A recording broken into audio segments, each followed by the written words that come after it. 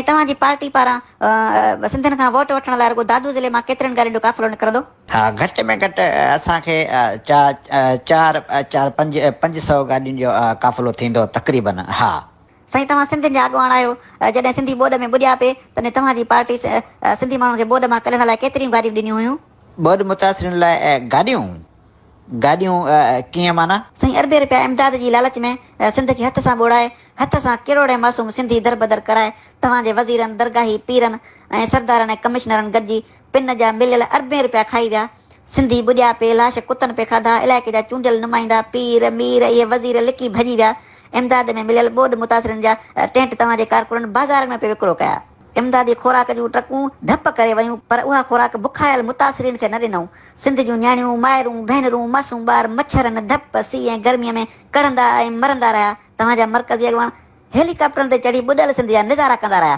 साईं तव्हां छा चवंदा? सिंध खे हथ सां ॿोड़ायूं, अरबे डॉलर बि खाई विया, माण्हुनि जा लाश कुतनि पे खाधा, ॿोॾ मुतासिरनि लाइ टेंट माना कीअं माना? साईं जॾहिं ॿोॾ आई त तव्हांजे अॻवाननि 1.5 करोड़ सिंधियुनि खे दरबदर करे पिनण ते मजबूर कयो। तव्हां इन्हनि सिंधियुनि लाइ नवां शहर अॾे पे सघिया, उन्हनि खे सिधी राह ॾेखारे पे सघिया, क़ौम में सुॼागीअ लाइ इनकलाब आणे पे सघिया, पर तव्हांजे अॻवाननि ईअं न कयो। साईं छो साईं? 1.5 करोड़ सिंधियुनि खे दरबदर करे पिनण ते मजबूर कयोसीं। पिनण ते मजबूर माना कयोसीं कीअं माना? साईं तव्हांजी पार्टी सिंध में नवां सरदार मुतारिफ़ कराया, अवाम खे ग़ुलामी ॾांहुं धिके छॾियो, क़ौम टोलियुनि में विरहाइजी वई।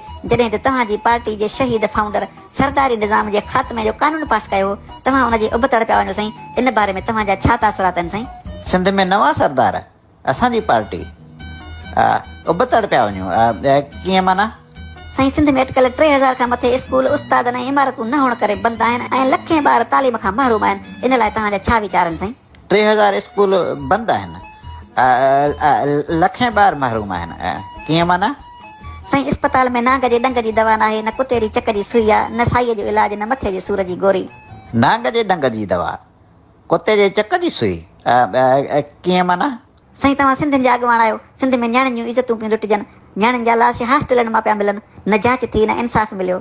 न्याणियुनि जूं इज़तूं लुटिजी वयूं, लाश हॉस्टलनि मां मिलिया कीअं माना?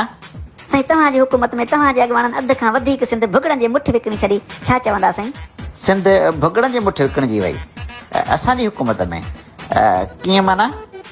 साईं तव्हांजा माण्हू त कुतनि जी खसी करण वारी बजट बि खाई विया, नथा छॾियो ज़हर, नथा छॾियो बेवाहनि जी ज़कात। तव्हांजे अॻुवाननि दरगाही पीरनि भोतारनि नवाबनि सरदारनि जा पेट आहिनि या बरंदड़ जबल आहिनि जो विसामनि नथा, या के पुराणा खूह आहिनि जेके भरजनि नथा। साईं तव्हां छा चवंदा? असांजा पेट पुराणा खूह ऐं बरंदड़ जबल कीअं माना?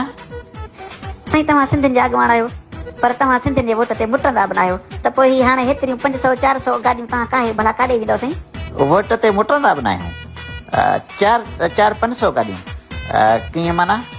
साईं तव्हांखे ख़बर आहे त जंहिं वक़्तु ही जोगी जाॻिया हिन भूम सॼीअ जा भाॻिया, त पोइ तव्हांजो ऐं तव्हांजे अॻुवाननि दरगाही पीरनि सरदारनि भोतारनि जो कहिड़ो असरु थींदो? साईं जोगी जाॻंदा